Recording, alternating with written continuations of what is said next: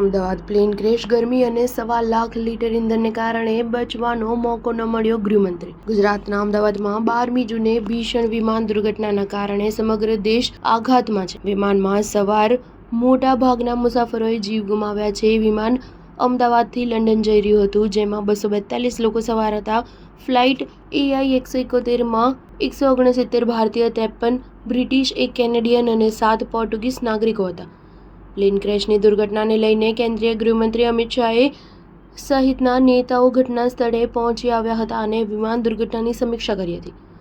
કેન્દ્રીય ગૃહમંત્રી અમદાવાદની સિવિલ હોસ્પિટલ પણ પહોંચ્યા હતા. અમદાવાદમાં 12 જૂન બપોરે એર ઇન્ડિયાના વિમાન દુર્ઘટનાને લઈને ગુજરાતના મુખ્યમંત્રી ભૂપેન્દ્ર પટેલ અને નાગરિક ઉડ્ડયન મંત્રી રામ મોહન નાયડુ, મુરલીધર મોહોલ અને ગુજરાતના ગૃહમંત્રી હર્ષ સંઘવી સહિતના નેતા ઘટના સ્થળે અને સિવિલ હોસ્પિટલ ખાતે પહોંચ્યા હતા.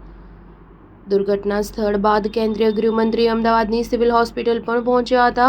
કેન્દ્રીય ગૃહમંત્રી અમિત શાહ સાંજે અમદાવાદ વિમાન દુર્ઘટના સ્થળ પર પહોંચ્યા અને પરિસ્થિતિનો તાગ મેળવ્યો હતો. અમદાવાદ વિમાન દુર્ઘટનામાં ઇજાગ્રસ્ત લોકો સાથે કેન્દ્રીય ગૃહમંત્રી અમિત શાહ મળ્યા હતા, જેમાં આ વિમાન દુર્ઘટનામાં એકમાત્ર બચી ગયેલા ઇજાગ્રસ્ત વ્યક્તિ સાથે પણ ગૃહમંત્રીએ મુલાકાત કરી હતી. કેન્દ્રીય ગૃહમંત્રી અમિત શાહે ઘટના સ્થળ તથા સિવિલ હોસ્પિટલની મુલાકાત બાદ જણાવ્યું કે ભારત સરકાર અને ગુજરાત સરકારના તમામ વિભાગો રાહત અને બચાવ કાર્યમાં જોડાઈ ગયા છે. વિમાનમાં કુલ દેશ વિદેશના 230 મુસાફરો, 12 ક્રૂ મેમ્બર્સ સવાર હતા, જેમાંથી એક મુસાફર જીવિત બચ્યા હોવાના સમાચાર હતા.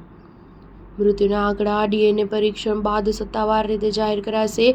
દુર્ઘટના બાદ ગુજરાત અને ભારત સરકારના તમામ વિભાગોએ રાહત અને બચાવ કાર્ય શરૂ કર્યું, પરંતુ ગરમી અને વિમાનમાં 1.25 લીટર ઇંધણ હોવાથી બચવાનો મોકો ન મળ્યો. DNA સેમ્પલ લેવાની પ્રક્રિયા ટૂંક સમયમાં સમાપ્ત થશે. સ્ટાર ન્યૂઝ 7 હંમેશા સચ્ચાઈની સાથે.